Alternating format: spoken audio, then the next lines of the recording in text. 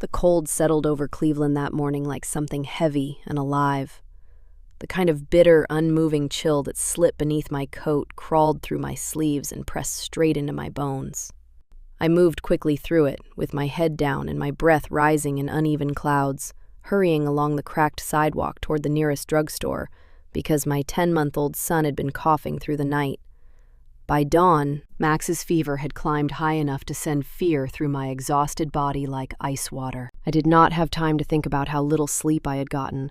I did not have time to think about how thin my coat felt against the December wind, or how badly my hands were shaking. My mind held only one goal: get the medicine, get home, and pray the fever broke. I was 32 years old, but in those days I felt as if grief had aged me by decades. The past 3 months had dragged behind me like a chain. Widowhood had arrived without warning, tearing my life open and leaving me with 4 children, mounting debts, and a nurse aide salary that barely kept the walls of our apartment standing around us. Grief layered itself over my days like frost, but there was no space for me to collapse under it.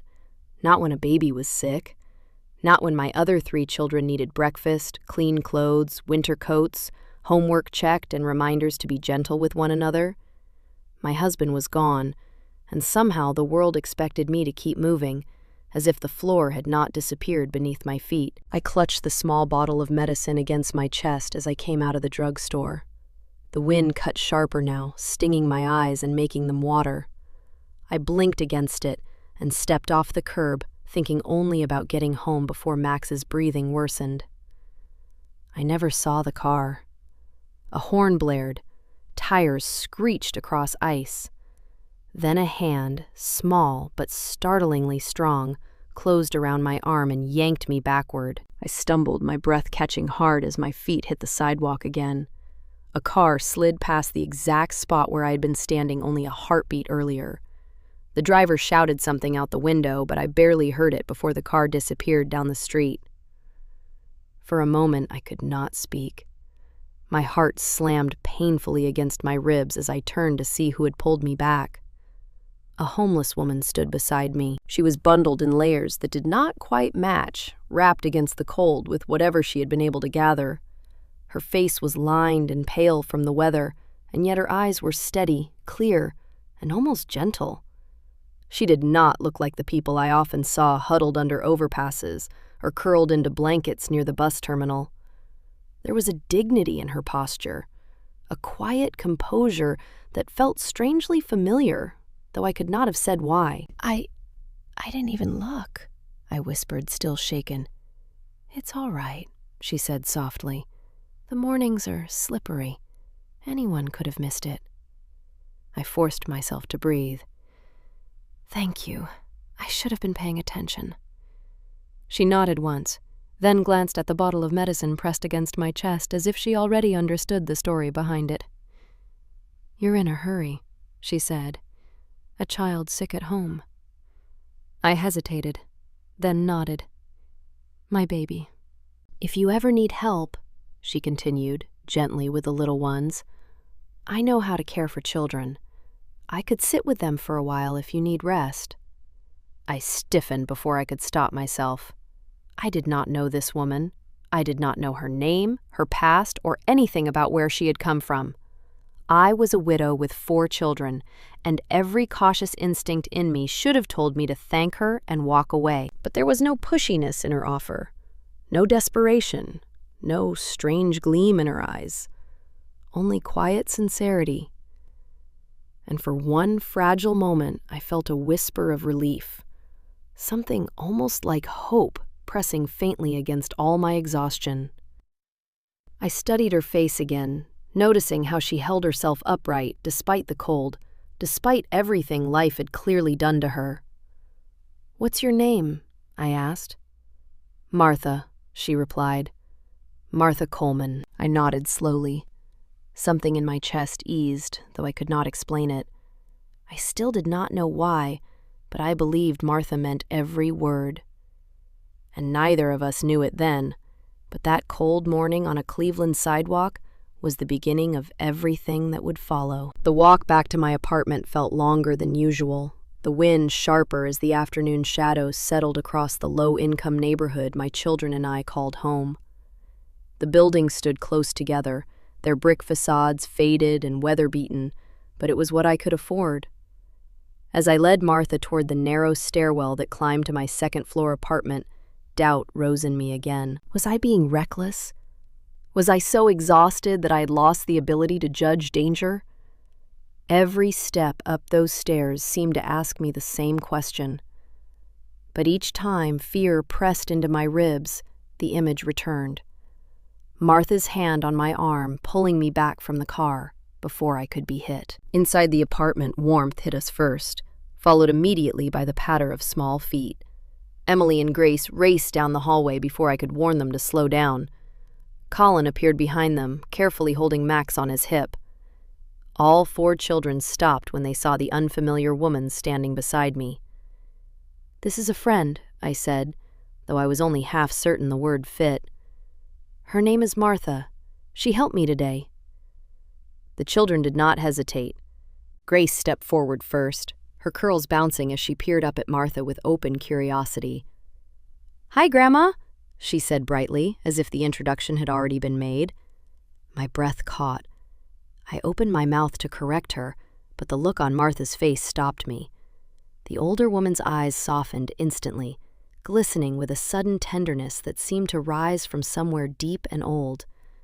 Her hand trembled a little as she reached out and brushed a stray curl behind Grace's ear. "Oh, sweetheart," she whispered, her voice unsteady.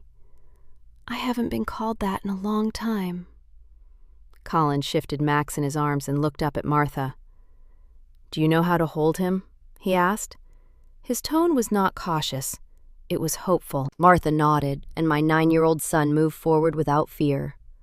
I watched as Martha lifted Max gently and securely, her arms settling around him with an instinctive confidence that looked almost practiced.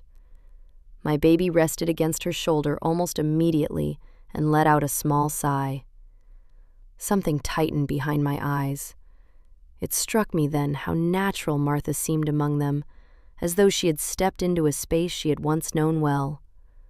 Martha blinked quickly and cleared her throat. "Your children are beautiful," she murmured.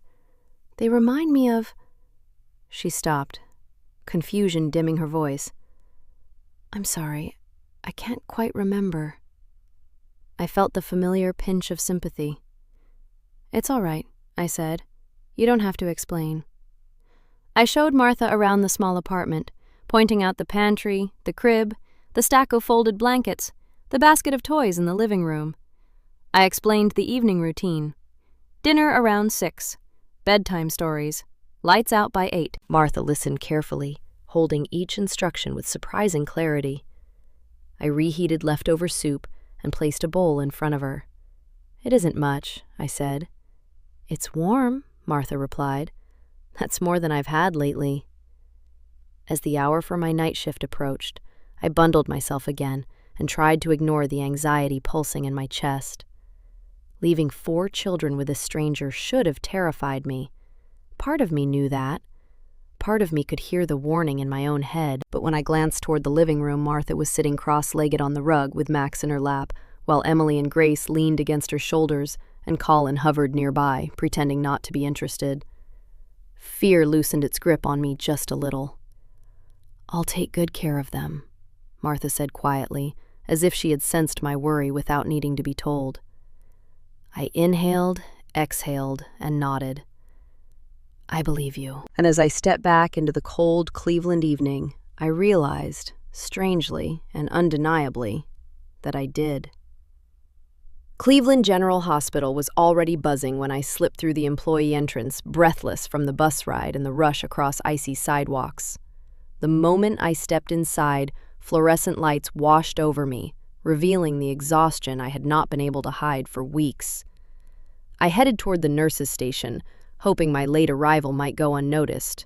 It did not. Dr. Leonard Hayes swept into the hallway like a chill of his own, a clipboard tucked under one arm, and irritation radiating from every step. His gaze landed on me instantly. "McBride," he snapped loud enough for 2 nearby nurses to pause what they were doing. "You're 20 minutes late." I swallowed, keeping my voice as steady as I could. "I'm sorry, Dr. Hayes. My baby was running a fever this morning. He cut me off with a dismissive scoff. "Save it. Everyone here has problems. The hospital doesn't stop running because your personal life is messy." Heat rose to my cheeks. I lowered my eyes because arguing would only make it worse. But Hayes was not finished. "Next time, plan ahead," he said, his voice dripping with condescension. "Or perhaps consider whether this job is too demanding for someone in your circumstances." A murmur of discomfort moved through the staff around us, but no one stepped in. I forced out a quiet, "Yes, doctor," and moved past him with my chest tightening. I had endured rude supervisors before, but Hayes had a way of making every word land like a blow.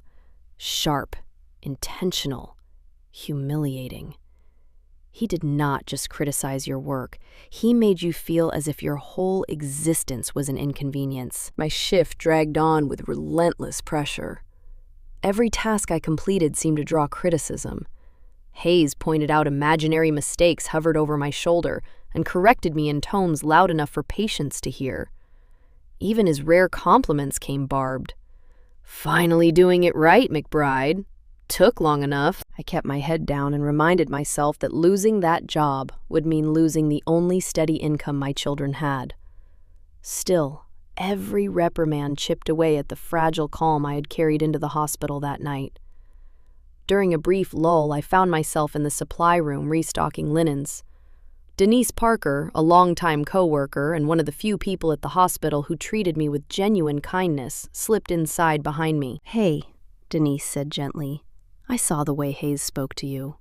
You okay?" I nodded, though my eyes stung. "I just need today to end." Denise hesitated, then lowered her voice. "Earlier, you mentioned a woman helping with the kids. Someone you barely know?" I froze. "Her name is Martha.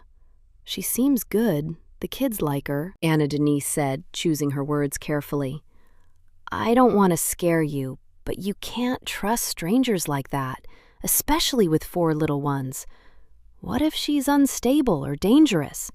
I mean, you met her on the street." The linen in my hand slipped slightly. Doubt, sharp and cold, slid through my chest. "I didn't have a choice," I whispered. "There's always a choice," Denise countered, soft but firm. "Just be careful. People aren't always who they seem." When Denise left, I stood motionless in the narrow supply room, my pulse pounding in my ears. I pictured Colin holding Max, Emily and Grace curled against Martha's side, Martha's steady hands, her sorrowful eyes. The warmth I had felt earlier twisted suddenly into fear. What if Denise was right? What if I had made the worst mistake of my life? As I returned to my shift, each passing hour fed the anxiety growing inside me. No reprimand from Dr. Hayes compared to the terror unraveling quietly in my chest, the possibility that I had left my children in danger. By the time I turned onto my street after work, my hands were trembling around the strap of my bag. The December air bit at my cheeks, but I barely felt the cold. Every terrible possibility Denise had planted in my mind replayed like flashes from a nightmare. My children crying alone, Max's fever spiking, the apartment ransacked, a stranger disappearing into the night with the little I owned. I hurried up the stairs and nearly ran down the hallway to my door. For one split second, I stood frozen outside the apartment, afraid to open it. Then I pushed inside. What I saw made me stop short. The apartment, usually cluttered after a long night, was spotless. Not just tidy, scrubbed, gleaming in a way I had not seen since before my husband died. Toys were stacked neatly, blankets were folded, dishes were washed and drying in the rack. A faint scent of cinnamon drifted from the kitchen. Before I could speak, Max let out a happy squeal. Martha appeared in the living room doorway with him on her hip. My little boy was wrapped in a clean sleeper. His cheeks were pink, his eyes bright. There was no sign of the fever that had terrified me that morning. "He's doing better," Martha said softly. Temperature's normal. My knees nearly buckled. I reached for my son, pressing my lips to his forehead again and again, unable to stop the tears that rose. From the bedroom, the older children burst out with delighted shouts. "Mom! Mom, look!" Grandma Martha made pancakes, and we took baths, and she read us stories. Their voices filled the apartment with a warmth I had not felt in months. I blinked hard, taking all of it in. Clean faces, brushed hair, quiet joy.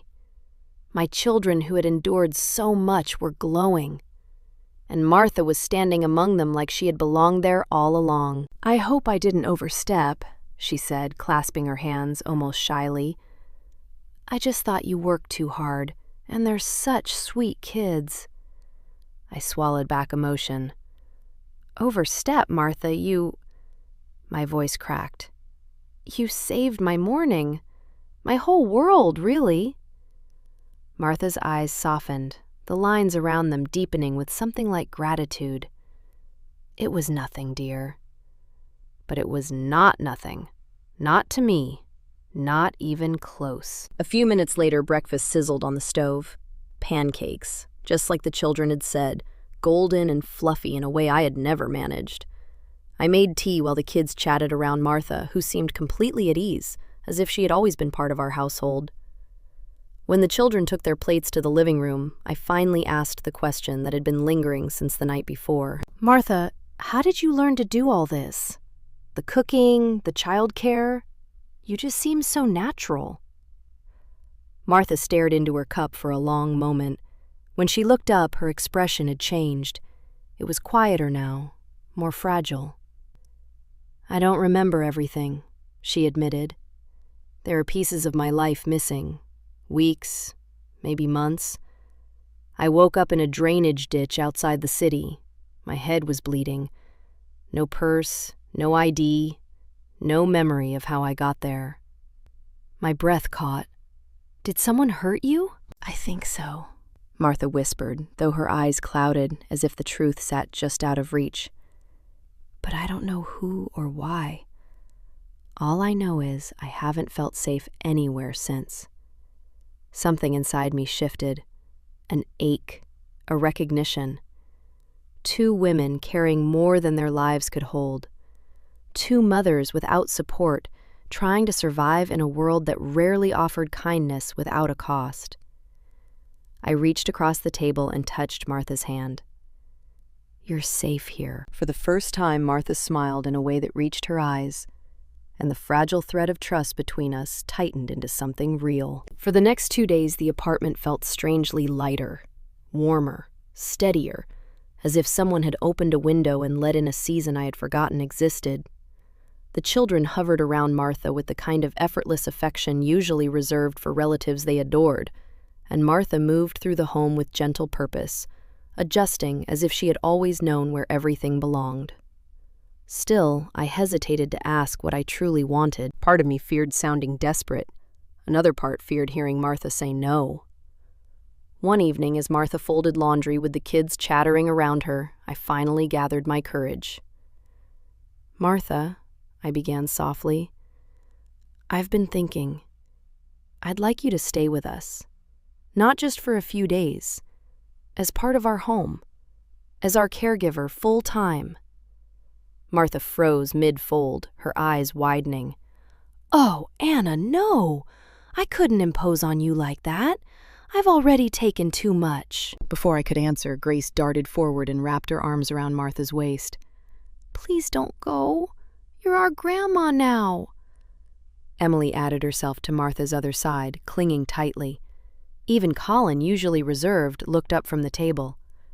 "We really want you here." The room fell quiet, and a tremor passed over Martha's face. Something between disbelief and longing. She pressed a hand to her chest as if steadying a fragile heartbeat. "You don't understand," she whispered. "I've never had anyone want me anywhere." I stepped closer. "We do. We want you here, and it helps us too. I can't do this alone." For a moment, Martha seemed to fight back tears. Then she nodded, slow and trembling, surrendering to the one thing she had been denied for who knew how long: belonging. "All right," she murmured. "If you really want me, I'll stay." The children erupted into cheers, and Martha laughed as she wiped her cheeks with the back of her hand. In that instant, something shifted in the apartment. It was not a guest joining our home. It was a missing piece returning to it. From that day forward, life found a new rhythm. Breakfasts were warm and ready before anyone woke. The children's clothes were washed, folded, and organized with a precision I had not managed since becoming a widow. Evenings grew calmer. Bedtime became a peaceful routine instead of a battlefield. For the first time in months, I felt my shoulders loosen when I walked through the door after a grueling shift. Even Denise, who had been skeptical at first, softened. "She's got a good soul," Denise admitted during a break. "You got lucky, Anna. Really lucky." I nodded, knowing just how true that was. But life has a way of delivering storms just as the sky begins to clear. One Friday afternoon, I noticed Colin sitting unusually still on the couch, sweat beading across his forehead. He pressed one hand to his chest and grimaced. "Colin, honey, what's wrong?" He tried to brush it off. "Just tired, Mom. It's fine." But it was not fine. Over the next several days, the episodes repeated. Dizziness, chest discomfort, shortness of breath. Sometimes he tried to hide it from me, turning his face away and insisting he only needed to rest. But I knew my son. I knew when something was wrong. Alarmed, I took him to a pediatric cardiologist at the clinic. The diagnosis struck like a blow to my ribs. A congenital heart defect. One that had gone unnoticed until now. One that required surgery. Not optional. Not someday. Soon. As the doctor outlined the risks and the staggering cost, I felt my breath disappear. I had finally found stability. I had finally found help. I had finally found a fragile rhythm of hope. And suddenly I was standing at the edge of a cliff again, staring down at the impossible. Anxiety, old and familiar, curled its fingers tightly around my heart. The miracle Martha brought into our home was real, but so was the next battle waiting for us. For nearly 3 weeks, our apartment lived in a rhythm that felt almost sacred. Mornings were warm and unhurried. Evenings were quiet, filled with the soft hum of stories, homework, and Martha's steady voice guiding the children through routines that once left me exhausted to the point of tears. For one brief moment, life resembled something close to peace.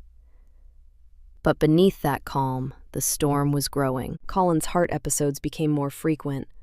Some days he pushed through them with a brave smile. On other days he sat pale and trembling, clutching his chest until the wave passed. Martha kept a constant eye on him, reading every flicker of discomfort in his face with frightening accuracy. When I brought him for a follow-up appointment, the cardiologist did not try to soften the truth. "The surgery can't wait much longer," he said, clasping his hands in front of him. "Without intervention, the risks escalate sharply. We need to move quickly." I nodded, though my pulse hammered in my ears. I already knew the urgency. What I had not fully confronted was the cost. The numbers he mentioned felt impossible. The kind of medical bill that crushed families with far more resources than mine. Afterward, on the bus ride home, Colin leaned against my shoulder. "Mom," he asked quietly, "am I going to be okay?" I swallowed hard and smoothed his hair. "Yes, sweetheart. I'll make sure of it." But my voice shook and he heard it. Back at the apartment, Martha was waiting at the door. One look at my face was enough. She shepherded Colin to the sofa, tucked a blanket around him, and returned to me with her eyes sharp with concern. "Tell me," she said quietly. I broke. Not fully, not loudly, just enough for my shoulders to sag and my breath to tremble. "They need to operate soon," I said. "But the cost, Martha. I don't know how anyone is supposed to afford something like this." Martha cupped my face in both hands and studied me with the kind of firmness only a woman who had survived too much could carry. "Listen to me. That boy is not going to suffer. We'll find a way." "We?" I whispered, surprised. "Yes," Martha said, firm and immediate. "We." Over the next days, I worked every shift I could beg for. Double shifts, overnight shifts, temporary fill-ins. I scrubbed floors in unused wings, cleaned equipment rooms, and volunteered for unpleasant tasks no one else wanted. Anything that earned even a few extra dollars. But no matter how hard I tried, the mountain before me barely moved. I contacted charities, I applied for medical grants, I waited on hold with insurance representatives who spoke in circles and ended the conversation with nothing useful. Denise asked around the hospital, but each time she returned with a sympathetic shake of her head. At night, when the children slept, I sat at the kitchen table, drowning in forms and denial letters, my hands tangled in my hair. Martha always found me there. "You're not sleeping again," she would say, pouring tea without asking. No mother should have to carry this alone. Sometimes I cried, sometimes I could not. Sometimes I simply sat there and let Martha's presence anchor me. Yet even as the financial dread consumed me, another quiet mission tugged at my thoughts. Martha deserved answers. She deserved a past. She deserved a family if they existed at all. So, late at night, while searching for medical assistance programs, I also posted messages in missing person forums, scrolled through social media groups, and emailed shelters, hoping someone might recognize Martha's face. I told no one, not even Martha, because love was not only about who stayed. Sometimes, love meant giving someone back the life they had lost. And as Colin's health grew more fragile by the day, I clung to that truth. 2 battles at once, neither of which I could afford to lose. My late-night search efforts grew into something more organized than I ever expected. What began as a quiet attempt to honor Martha's dignity soon became a full-scale mission to restore a life that had been torn apart. I started with local shelters, emailing each one with a carefully written message and a recent photo of Martha. I had taken it discreetly after she had braided Emily's hair and laughed at something my daughter said. I did not want Martha to know I had taken it for this purpose. I simply wanted her to look like herself in the picture. Warm, gentle, alive. The shelters replied with polite regret. No one recognized her. I tried hospitals next, contacting social workers and asking whether any missing person cases matched Martha's age or description. Again, nothing. Still, I pushed forward. I posted Martha's picture in online community forums, missing person groups, and volunteer networks scattered across Ohio and neighboring states. I did not attach Martha's name because Martha did not truly have one to give. Instead, I wrote, seeking information about a woman who may have suffered memory loss, possibly injured around 12 months ago. Please reach out if you recognize her. The responses poured in, but most were dead ends, false leads, hopeful strangers trying to help, the occasional unkind message telling me to stay out of stranger drama. But I kept searching, because I knew deep in my bones that Martha had not simply drifted into homelessness. Something terrible had happened to her. And somewhere, someone had to be missing her. 3 weeks into the search, while I was finishing a shift at the hospital, my phone buzzed with a message from an unfamiliar number. "Hello, this is Alexander. I volunteer with several missing person groups. I saw your post and I might have information. Please call me when possible." I stepped into an empty hallway, heart pounding, and dialed immediately. A man with a calm, steady voice answered.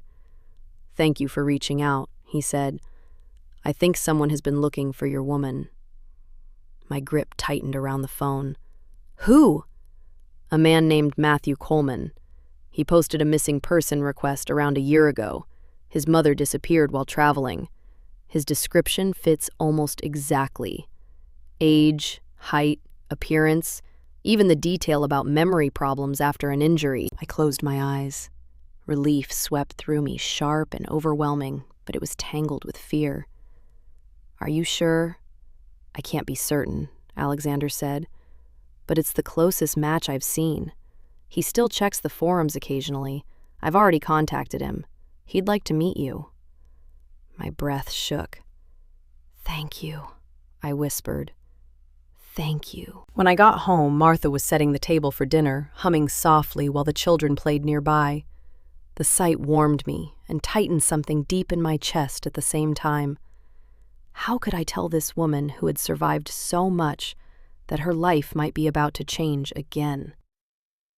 After the children went to bed, I brewed tea and sat with Martha on the couch. "There's something I need to talk to you about," I said gently. Martha's hands stilled around her cup. "Is it Colin? Is he worse?" "No," I said quickly. "It's something else. I've been trying to find your family." Surprise flickered across her face, then something like fear.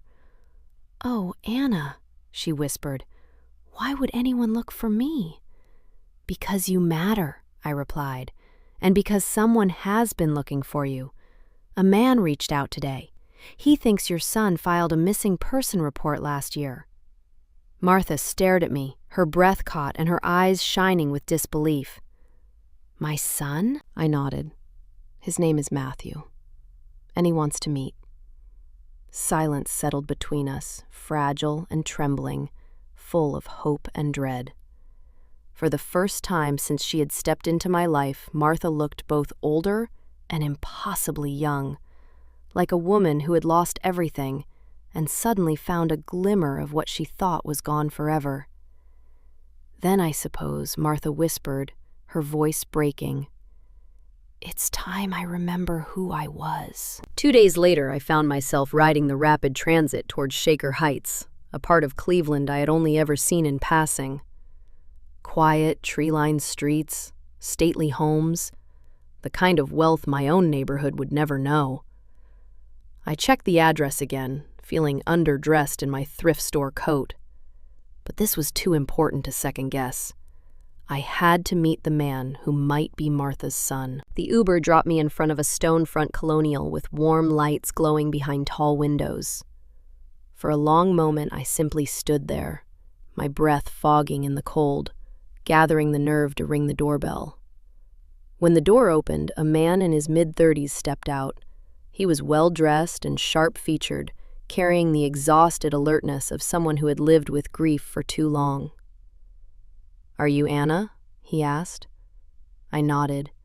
"Yes, you must be Matthew." His gaze flicked to the folder in my hands, the one containing Martha's photograph. "You said on the phone you had information."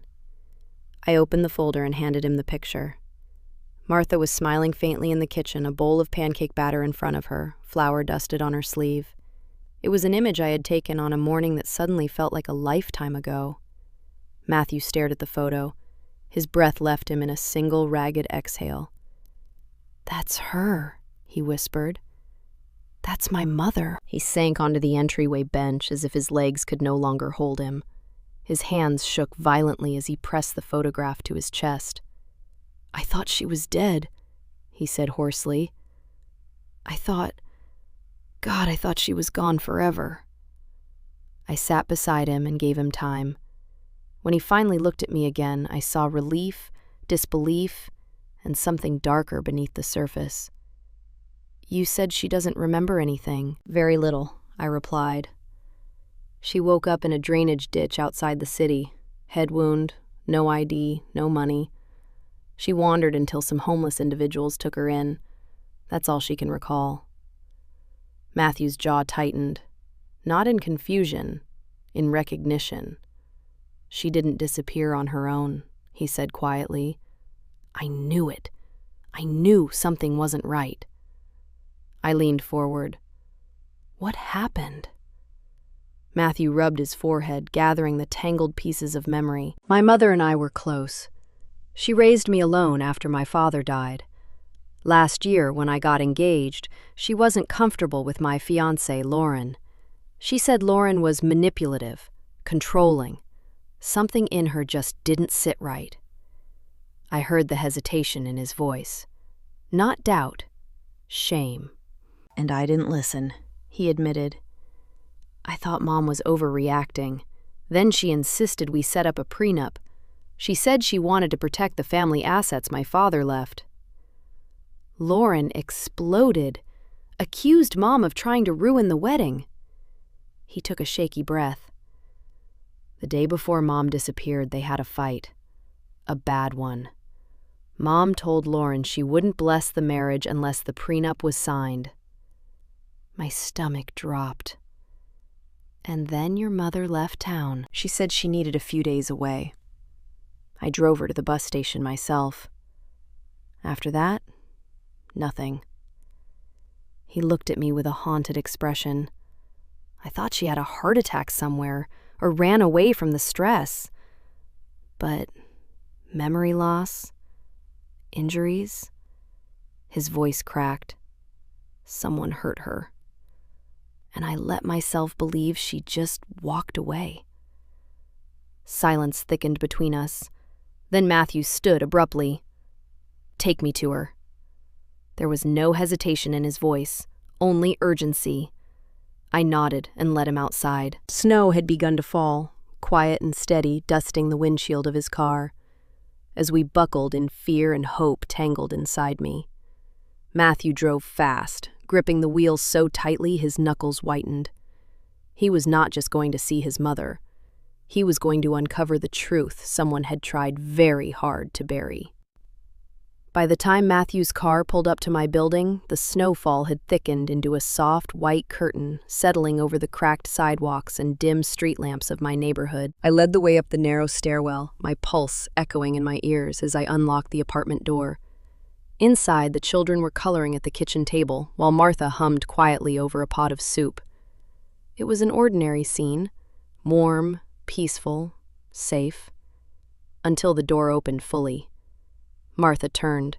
Her wooden spoon slipped from her hand and clattered onto the floor.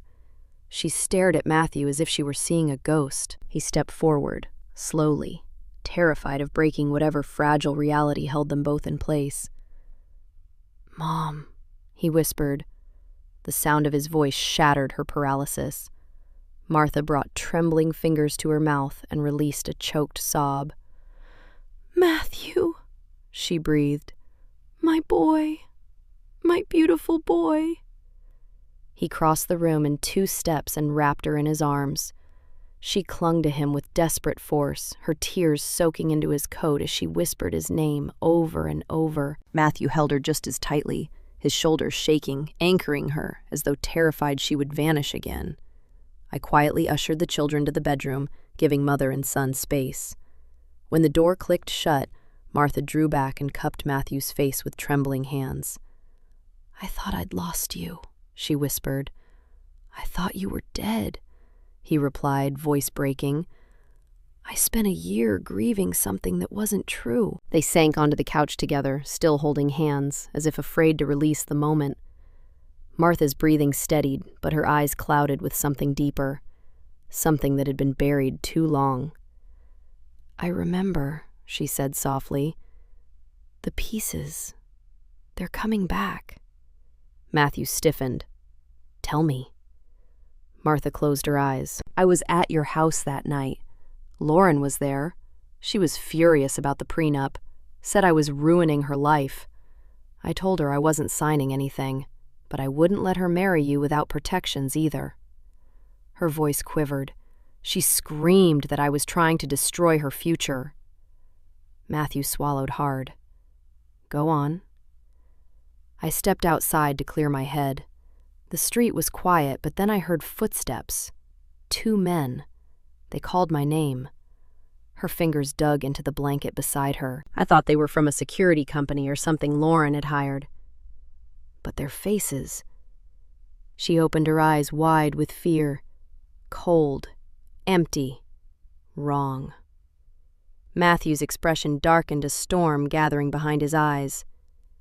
One of them told me, "You shouldn't meddle with people who know what they want." Martha's voice broke. I turned to run, but they grabbed me, held me. One of them hit me on the back of the head. She lifted a shaking hand to the faint scar hidden beneath her hair. I fell. I remember Lauren's voice next. She wasn't screaming. She was whispering, terrified, desperate. Martha swallowed. She said, "Make sure she doesn't interfere again. Make sure he doesn't know." Matthew's whole body went rigid. The blood drained from his face. "She ordered them?" he said, his voice hollow. "She orchestrated all of it." Martha nodded weakly. I woke up in a ditch near the freeway. Rain was pouring down. I couldn't remember who I was. I thought maybe I had died. Matthew pressed both hands to his face, shaking with fury, grief, and guilt. "Mom, I'm so sorry. I should have protected you. I should have listened." Martha touched his arm gently. "You had no way of knowing." But Matthew was not listening anymore. Not fully. Something colder had taken root behind his eyes. Someone had tried to erase his mother, and he was not going to let it go unanswered. Matthew barely slept that night. Every word Martha had whispered replayed in his mind. Lauren's threats, the men's voices, the blow to his mother's head. By dawn, he was pacing his living room, phone in hand, calling the only people he trusted enough to hear the truth. Detective Aaron Whitmore, an old college friend now working with the Cuyahoga County Sheriff's Office, arrived within the hour. Another friend, Assistant District Attorney Riley Grant, joined him. Matthew did not bother with small talk. He showed them the photos, repeated Martha's recollections, and described the night she vanished. Both men listened with growing stillness. "Martha Coleman's case was filed as a voluntary disappearance," Detective Whitmore said quietly. Then he exchanged a glance with Riley. But there was an open assault case around that same time frame. An unidentified female found near I-271. Severe head trauma. No ID, no purse, no phone. Matthew's entire body went cold. "That was her," he said. The detective nodded slowly. "We always suspected foul play, but without a name, there were no leads. Now they had a name, a motive, a timeline, and a living victim." Whitmore immediately began organizing a formal statement. Martha, though shaken, insisted on telling them everything she remembered. I sat beside her and held her hand through the entire recounting. When Martha finished, there was a long, weighted silence. Riley finally spoke. "This isn't just assault. If her memories hold up, and if we can corroborate with evidence or testimony, we're looking at attempted murder and conspiracy." Martha trembled. "She wanted me gone because I cared about my son." Matthew put an arm around her. "You didn't deserve any of this." The investigation moved at a speed that surprised even me. Old reports were reopened. Forensic records were matched to Martha's medical scars. Traffic camera footage from that week previously dismissed was reviewed with new context. Patterns emerged. 2 men, later identified as acquaintances of Lauren's brother, appeared repeatedly near the bus station the night Martha vanished. By the 3rd day, the case was no longer dormant. It was active. Very active. When Lauren was brought in for questioning, she laughed at first, dismissive, polished, confident. But as the detectives laid out photographs, timeline statements, and surveillance stills, her composure began to crack like ice beneath pressure. Then came Martha's voice from the next room, recorded hours earlier. I heard her say, "Make sure she doesn't interfere again." That was the last thing I remember before the pain. Something inside Lauren buckled. She stared at the table, jaw trembling, hands shaking. When she finally spoke, the words spilled out in gasps. Fear, excuses, twisted justifications. But underneath all of it was the truth. She had ordered the attack. She had told the men to scare Martha. Then panic and cruelty had pushed it further. By the end of the interrogation, Lauren had given authorities the names of both attackers, along with her brother's involvement in arranging the plan. Arrests happened within hours. Charges followed: attempted murder, conspiracy to commit assault, aggravated assault, obstruction, tampering with evidence. The news hit shaker heights like a thunderclap. Lauren's carefully crafted social world collapsed overnight. But Martha was finally free. In the days that followed, Matthew moved his mother into his home. He replaced the guest room furniture with soft blankets and warm colors, determined to rebuild every moment she had lost. Martha walked through the space slowly, touching framed photos of Matthew's childhood and whispering that she felt as if she had returned from another life. But she did not forget us. My children and I were invited often. So often, in fact, that Matthew's home began to feel shared, stitched together by gratitude and by the quiet strength that had grown between all of us. It was not just a reunion. It was the beginning of a new extended family, built from loss survival and truth finally brought into the light. Winter melted slowly into a gray Ohio spring, the kind that arrived more with rain and thaw than sunshine. But for me, the world felt lighter than it had in years. The shift began the morning Matthew asked to speak with me privately, his expression steady but warm. "I reviewed Colin's medical file," he said gently. "I spoke with Dr. Feldman at Cleveland Children's. Anna, I want to cover the cost of his surgery." The words did not register at first. I blinked, certain I had misheard. You don't have to." "I know," he said softly, "but I want to. Your kindness brought my mother back to me. Let me give something back to your family." My knees felt weak. For months I had lived with the dread of watching my son's health decline, while knowing I could not afford to save him. Now hope, real and solid, stood right in front of me. When I began to cry, Matthew simply stepped forward and held me while years of fear finally loosened their grip. The surgery was scheduled quickly. On the morning of the operation, Colin was brave but pale, clutching the stuffed bear Martha had sewn for him from old fabric scraps. I kissed his forehead and whispered courage into his hair.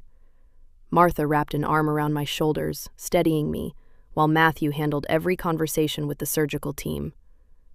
Hours passed like a lifetime. Then Dr. Feldman emerged, mask lowered, eyes smiling. He did beautifully. The repair was successful. My legs nearly gave out from relief. Matthew caught my elbow. Martha cried openly, her hands shaking with gratitude. When Colin finally woke in recovery, I sat beside him, brushing hair from his forehead, overwhelmed by how peaceful he looked. It was the first time in months I had seen my son breathe without strain. For the first time in years, I believed life might truly get better. And it did. Within weeks, my world transformed. I was not drowning anymore. Work felt manageable again. Bills could be paid. My children laughed more, slept more, worried less. The apartment, once chaotic and heavy with exhaustion, now felt like a home, stitched together with warmth. Martha blossomed too. She became an honorary grandmother not just in name, but in presence. She read bedtime stories, braided hair, patched knees after playground tumbles, and filled the walls with soft humming that made our tiny apartment feel strangely magical. And Matthew did not vanish after helping. Instead, he appeared often, sometimes with bags of groceries, other times with books for the children, sometimes simply with quiet companionship. He joined dinners, helped with homework, watched movies with the kids, talked with me long after the dishes were washed. We did not rush anything. Our connection grew the slow, steady way healing does, gently, without forcing, built from gratitude, shared burdens, and the quiet recognition of someone who understood loss and restoration in equal measure. Months later, on an early summer evening, Matthew invited me and the children to Cleveland's Edgewater Park. Lake Erie shimmered under a pale gold sky. We walked along the shoreline while Martha sat on a bench nearby, smiling like she already knew what was about to happen. Matthew stopped near the water and turned to me with a look that held no hesitation. "Anna," he said, voice low but certain, You and your children saved my mother. You brought her home to me. You brought light back into our lives." He exhaled softly. "I want to build a life with you, with all of you, if you'll have me." The children froze, eyes wide. Martha covered her mouth with both hands, tears already forming. I felt my heart swell, not with the fear I had carried for so long, but with something far deeper. Homecoming, safety, love. "Yes," I whispered, then stronger. "Yes, Matthew." He slipped the ring onto my finger as the children cheered and Martha cried openly behind us. For the first time in my adult life, I felt the future open, steady, safe, filled with love I had no longer believed I deserved. But now I knew I did. The courtroom was silent when the judge read the sentences. The two men who had attacked Martha sat rigidly at the defense table, their expressions flat but resigned. Months of investigation, testimony, and irrefutable evidence had brought them exactly there. On the charge of attempted murder, the judge announced, "I hereby sentence you to 12 years in state prison." Neither man looked at Martha, but Martha looked at them, steady, unshaken. She was no longer the terrified woman who had woken in a drainage ditch with no memory. She sat between Matthew and me, her hands folded calmly in her lap, her dignity restored. Lauren Fields' sentencing followed days later. Her fall had been swift and absolute. The socialite veneer she had once worn so confidently had collapsed under the weight of her confession and the public outrage that followed. For conspiracy to commit assault and obstruction of justice, the judge stated you are sentenced to 5 years in state custody, with eligibility for rehabilitation programs. Lauren cried openly, her once polished life in ruins. None of it softened the impact for Martha, who watched from the gallery with quiet sorrow. Not vengeance. Closure. Justice at last had come. And it did not stop there. News of the case stirred scrutiny in unexpected places, including Cleveland General Hospital. Dr. Leonard Hayes, who had tormented me for years, came under investigation after several nurses filed complaints emboldened by my story and by the truth that had finally risen around Martha's. An internal review uncovered a pattern of misconduct: intimidation, verbal abuse, discriminatory scheduling, retaliation against vulnerable staff. Within weeks, Hayes was suspended. Within months, he was publicly disgraced and stripped of his supervisory duties. For me, the news felt like a knot slowly loosening in my chest. I had not sought revenge. I had not even filed the first complaint. But truth had a way of surfacing in waves, one revelation clearing the path for another. Life began to rearrange itself into something steady, warm, and whole. My wedding to Matthew was small and intimate, whispered into existence one mild autumn afternoon beneath the canopy of a maple tree in a quiet Cleveland garden. Martha walked down the aisle with her son, her steps measured but filled with pride. The children scattered flower petals, laughing as the breeze carried them into little spirals.